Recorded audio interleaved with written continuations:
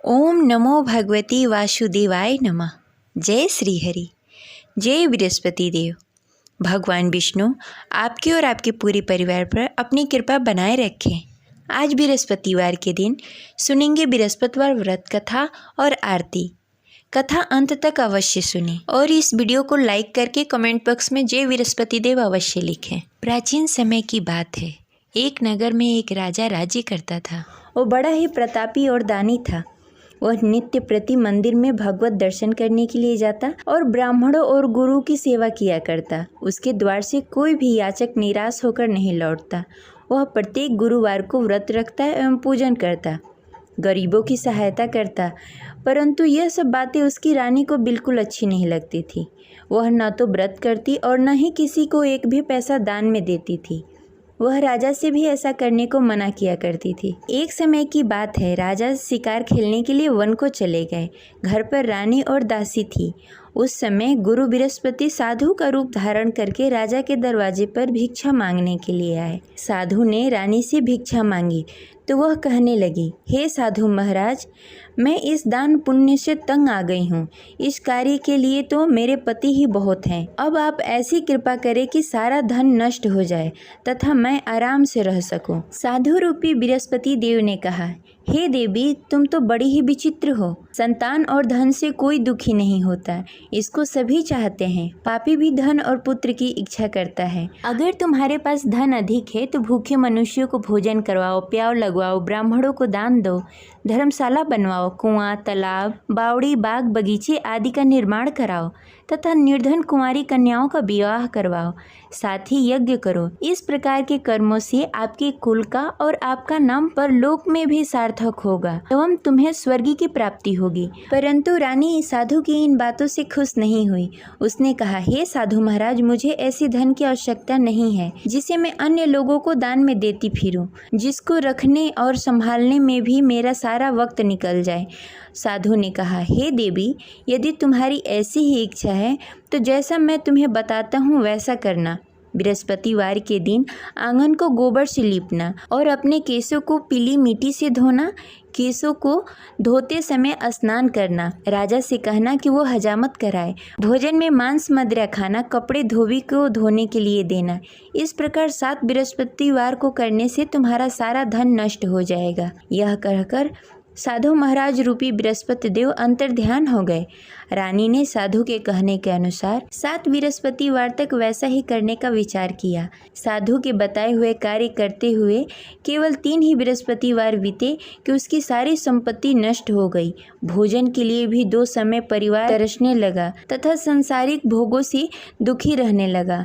तब राजा रानी से कहने लगा कि हे रानी, तुम यहाँ पर रहो, मैं दूसरे देश जा रहा हूँ। क्योंकि यहाँ पर मुझे सभी मनुष्य जानते हैं, इसलिए मैं यहाँ कोई कार्य नहीं कर सकता। मैं अब परदेश जा रहा हूँ, वहाँ कोई काम धंधा करूँगा, शायद हमारे भाग्य बदल जाए। ऐसा कहकर राजा परदेश को चला गया। वो वहाँ जंगल से लकड़ियाँ काट कर लाता और शहर में बेचता। इस तरह जीवन व्यतीत करने लगा। इधर राजा के बिना रानी और दासी दुखी रहने लगी। किसी दिन भोजन मिलता और किसी दिन जल पीकर ही रहना पड़ता। एक दिन रानी और दासी को भोजन किए बिना 7 दिन व्यतीत हो गए।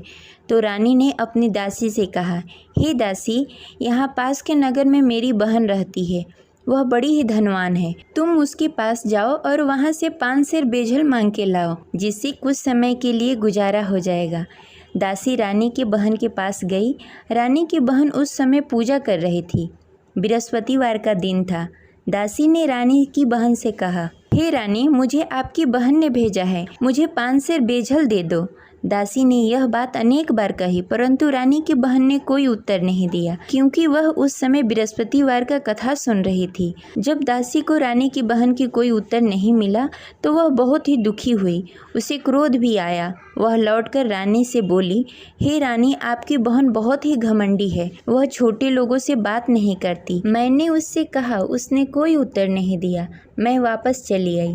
रानी बोली, हे दासी, उसमें उसकी कोई गलती नहीं है। जब बुरे दिन आते हैं तब कोई असहारा नहीं देता। अच्छे बुरे का पता विपत्ति में ही लगता है। जो ईश्वर की इच्छा होगी वही होगा। यह सब हमारे भाग्य का दोष है। उधर रानी की बहन ने सोचा कि मेरी बहन की दासी आई हुई थी, परंतु मैं उससे नहीं बोली, इससे वह बहुत दुखी हुई होगी। अतः कथा सुन बृहस्पति भगवान का पूजन समाप्त करके अपनी बहन के घर गई और कहने लगी, हे बहन, मैं बृहस्पतिवार का व्रत कर रही थी, तुम्हारी दासी हमारे घर आई थी, परंतु जब तक हम कथा सुनते हैं तब तक हम लोग न उठते हैं और न किसी से बातें करते हैं, इसलिए मैं नहीं बोली। कहो दासी क्यों गई थी? रानी बोली, बहन, हमारे घर अनाज नहीं था। वैसे तुमसे कोई बात छिपी नहीं है, इस कारण मैंने दासी को तुम्हारे पास 5 सर बेजल के लिए भेजा था। रानी की बहन बोली, बहन देखो, बृहस्पति भगवान सबकी मनोकामनाएं पूर्ण करते हैं, देखो शायद तुम्हारे घर में कहीं अनाज रखा हो। यह सुनकर दासी घर के अंदर गई।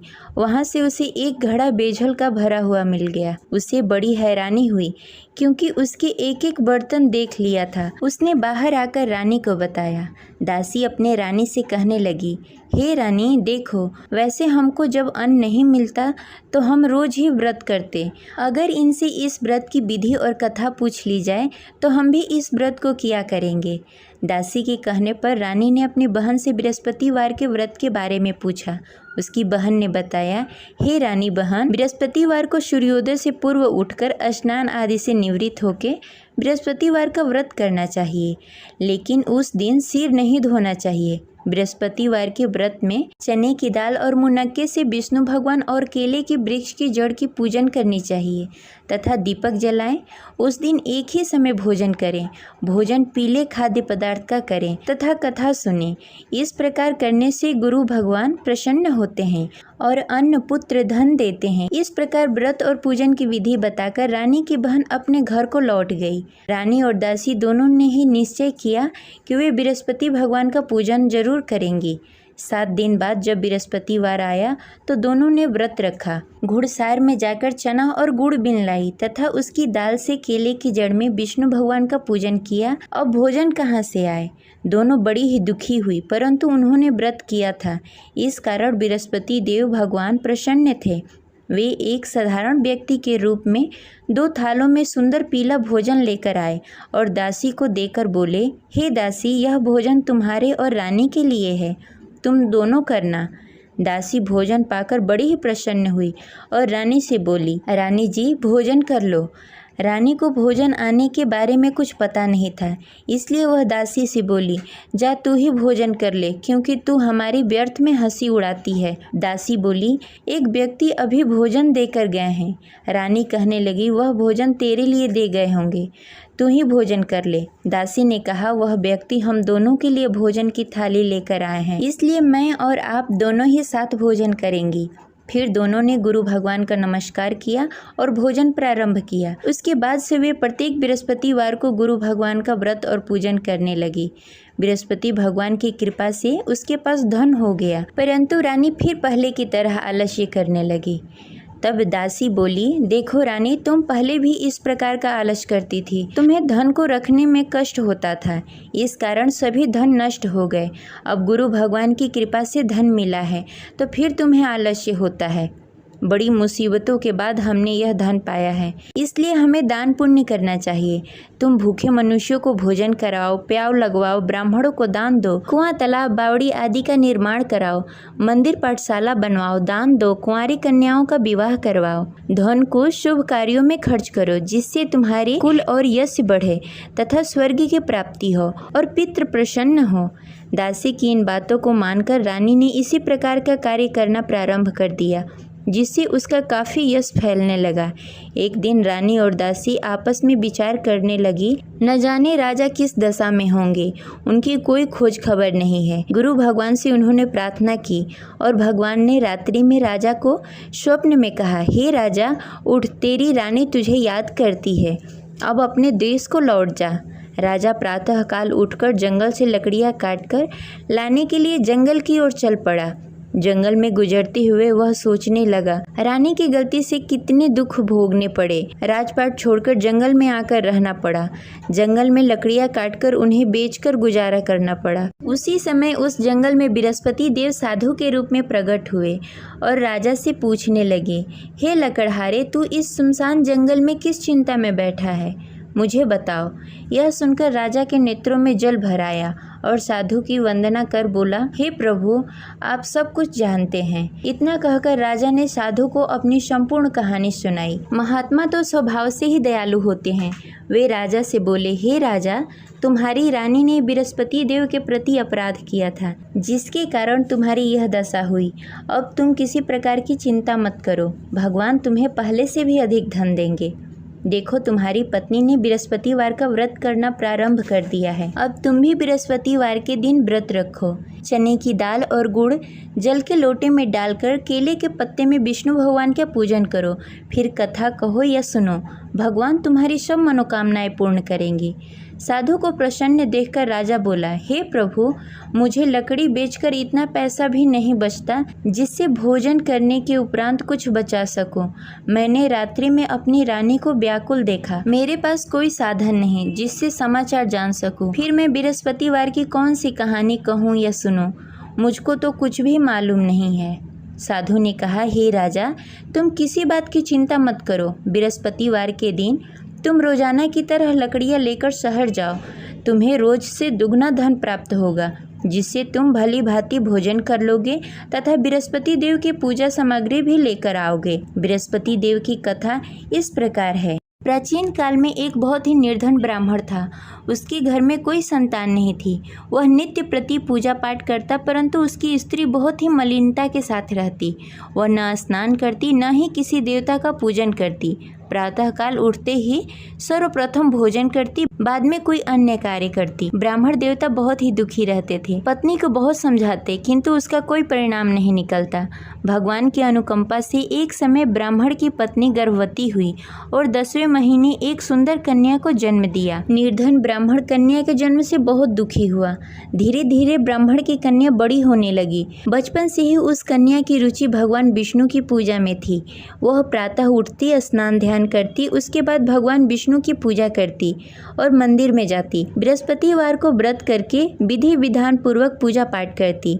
पूजा पाठ के बाद वह पढ़ने के लिए पाठशाला जाती। घर से चलते समय वह मुट्ठी भर जौ साथ में लेकर जाती और पाठशाला के रास्ते में थोड़ी थोड़ी जौ गिराते जाती।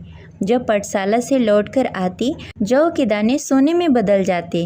लड़की सभी सोने के दाने बीन लाती। एक दिन जब वह सोने के दानों को साफ कर रही थी, तो उसकी माँ ने कहा, बेटी, सोने के दाने साफ करने के लिए सोने का सूप भी होना चाहिए। अगले दिन बृहस्पतिवार था। उसने भगवान बृहस्पति देव की पूजा करते हुए प्रार्थना की, हे भगवान, यदि मैंने आपका व्रत विधि विधान से किया हो तो मुझे सोने का सूप दे दो। भगवान बृहस्पति देव ने उसकी मनोकामना पूरी करने का वचन दिया। पाठशाला से लौटते समय उसने रास्ते में सोने का सूप पड़ा हुआ मिला। घर लौटकर सोने का सूप अपनी माँ को दिखाकर वह सोने के दाने साफ करने लगी।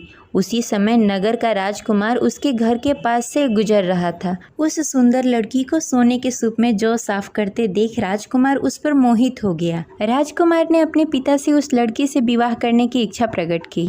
तो राजा ने ब्राह्मण को महल में बुलाकर राजकुमार से उसकी लड़की के विवाह की बात कही। ब्राह्मण तैयार हो गया। धूमधाम से उस लड़की का विवाह राजकुमार से हो गया। दुल्हन बनकर ब्राह्मण की लड़की महल में चली गई। लड़की के चले जाने से ब्राह्मण फिर से निर्धन हो गया। उसे कई कई दिनों तक बिना भोजन के रहना पड़ा। बहुत दुखी होकर ब्राह्मण एक दिन अपनी लड़की के पास गया। अपने पिता से निर्धनता का समाचार सुनकर उसे बहुत सारा धन देकर पिता को विदा किया। उस धन से ब्राह्मण का कुछ दिनों तक आराम से गुजारा हुआ, लेकिन जल्द ही फिर भूखों मरने की हालत हो गई। ब्राह्मण अपनी लड़की से धन लेने के लिए फिर महल में पहुंचा। लड़की ने पिता की बुरी हालत देखकर कहा, पिताजी, आखिर आप कब तक मुझसे धन लेकर जीवन व्यतीत करेंगे? आप कोई ऐसा उपाय क्यों नहीं करते जिससे आपका घर धन धान से भर जाए? ब्राह्मण ने कहा, मैंने तेरी माँ को बहुत समझाने की कोशिश की, पर उसकी समझ में कुछ नहीं आता। उसकी फुहारता नष्ट हो तब तो घर की निर्धनता दूर हो। तब कुछ सोचकर लड़की ने पिता से कहा, पिताजी, आप कुछ दिनों के लिए माँ को मेरे पास छोड़ जाओ। तब कुछ सोचकर ब्राह्मण ने पत्नी को लड़की के पास महल में छोड़ दिया। लड़की ने अपनी माँ से कहा, माँ, तुम कल प्रातः उठकर स्नान आदि करके भगवान विष्णु की पूजा करना। पूजा करने से तुम्हारी निर्धनता अवश्य दूर हो जाएगी। लेकिन उसकी माँ ने उसकी कोई बात नहीं मानी। तब क्रोधित होकर लड़की ने अपनी माँ को एक कक्ष में बंद कर दिया। सूर्योदय के समय माँ को उठाकर जबरदस्ती उसे स्नान आदि करवाया, फिर मंदिर में ले जाकर भगवान बृहस्पति देव की पूजा करवाई। कुछ दिनों तक ऐसा करने से माँ की बुद्धि में कुछ परिवर्तन हुआ और वह स्वयं बृहस्पतिवार का व्रत रखने लगी। उसके व्रत करने से ब्राह्मण के घर की निर्धनता दूर हो गई और भगवान विष्णु की अनुकंपा हुई और दोनों पति पत्नी धन संपत्ति पाकर आनंद पूर्वक जीवन व्यतीत करते हुए विष्णु धाम को चले गए। लकड़हारा बने राजा ने उस साधु से भगवान विष्णु देव की यह कथा सुनकर बृहस्पतिवार का व्रत करना शुरू कर दिया और भगवान विष्णु की पूजा करने लगा।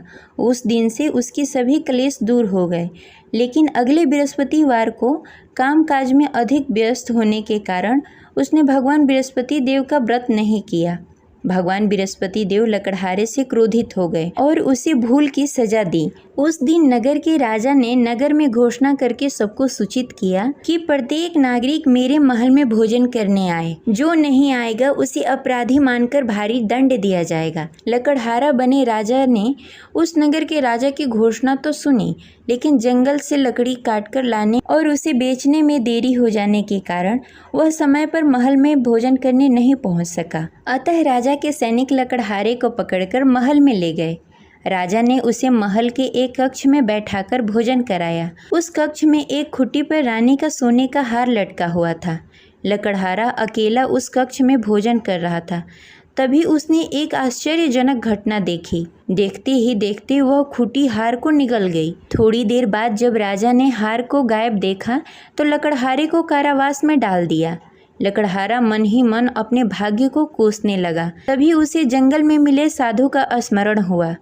थोड़ी देर में भगवान बृहस्पति देव सन्यासी के रूप में उसके सामने प्रकट हुए और कहा, हे लकड़हारे, तूने भगवान बृहस्पति देव की पूजा नहीं की, इसी कारण तुम्हें कष्ट हो रहा है। लेकिन अब चिंता मत करो, बृहस्पतिवार के दिन कारागार के दरवाजे पर तुम्हें कुछ पैसे पड़े हुए मिलेंगे। उन पैसों से भगवान बृहस्पति देव का व्रत करके उनकी पूजा करोगे तो तुम्हारे सारे दुख दूर हो जाएंगे। फिर बृहस्पतिवार के दिन दरवाजे पर पड़े पैसे राजा को मिले, जिससे उसने चने की दाल, गुड़, मुनक्का मंगाकर भगवान बृहस्पति देव की कथा कही और व्रत किया, जिससे भगवान बृहस्पति देव प्रसन्न होकर उस नगर के राजा को स्वप्न में लकड़हारे को मुक्त करने को कहा। सुबह राजा ने आकर अपने कक्ष में देखा कि खूंटी पर हार टंगा हुआ है।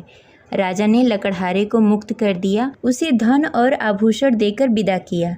लकड़हारा बना राजा उस नगर से चलकर अपने नगर की तरफ चल दिया। जब राजा अपने नगर में पहुंचा तो उसने देखा उस नगर में कुएं, धर्मशाला, बाग बगीचे देखकर बहुत प्रसन्न हुआ। राजा ने किसी से पूछा कि ये सभी चीजें किसने बनवाई है।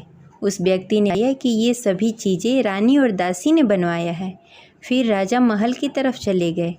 रानी ने राजा को देखा तो भव्य स्वागत किया। फिर राजा और रानी साथ साथ रहने लगे।